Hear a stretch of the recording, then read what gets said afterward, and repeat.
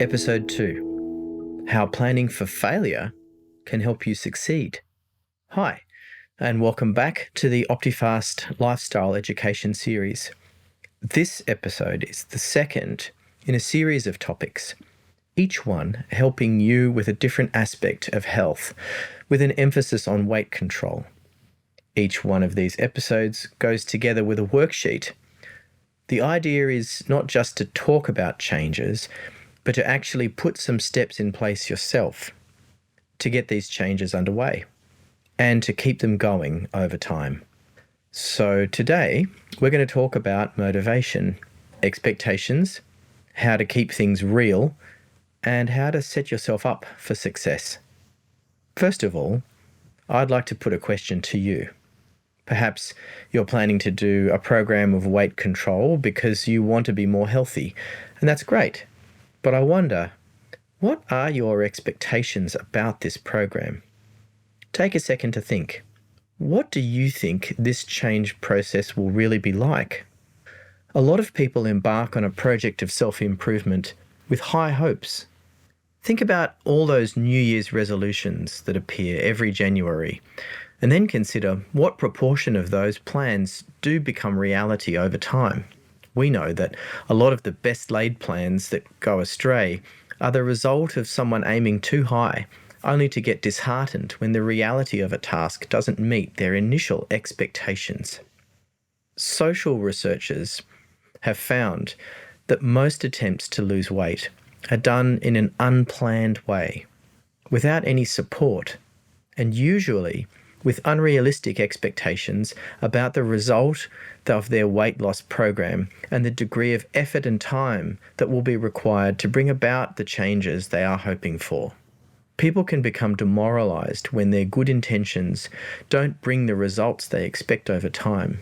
It's okay to aim high, but it's also worth taking a moment to ensure you've set a goal that's realistic for you. I'd like you to take a look now at the worksheet. You'll see it summarizes the points we're making here, and there's also a space for you to list your answers to the following questions. What are you not looking forward to about losing weight? How in control of your weight do you feel at this point? How long do you think it will take, realistically, to arrive at your goal? What are some possible setbacks you might encounter along the way? You can pause me for a moment to write down your answers to these questions. Okay, thanks for writing those down. We'll come back to your responses in a minute. If you need some more time to write, take that time now. We can get started again once you're ready. There's actually a close relationship between your expectations and your motivation. But this relationship is a tricky one. Sometimes, when motivation is strong, then your expectations are also high. But we know that motivation naturally goes up and down over time. When you are feeling less motivated, do you lower your expectations? I'd suggest to you that in order to reach a goal, the most important task is not actually to stay motivated or to always enjoy the process or even to get it right all the time. It's simply to keep going. Your motivation can go up and down over time, but your expectations, your resolve, your determination can stay constant. People often see motivation as the key to changing behavior. But the fact is, while motivation is necessary, it's really not sufficient to help you change and establish habits in the long run. When we see people succeed, it usually isn't motivation that drives them. A more accurate term might be something like stubbornness. It's about the willingness to persevere and continue on your path to change, even when you aren't enjoying it or when you hit a setback.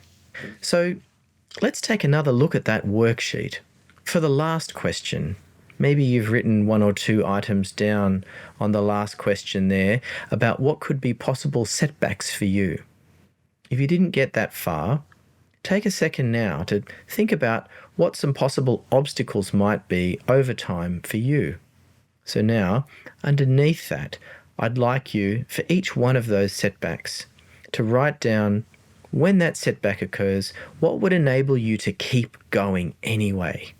Maybe it might be a person or something in your life or in your values, or maybe sort of even in your personality that would make you keep going even when you don't want to.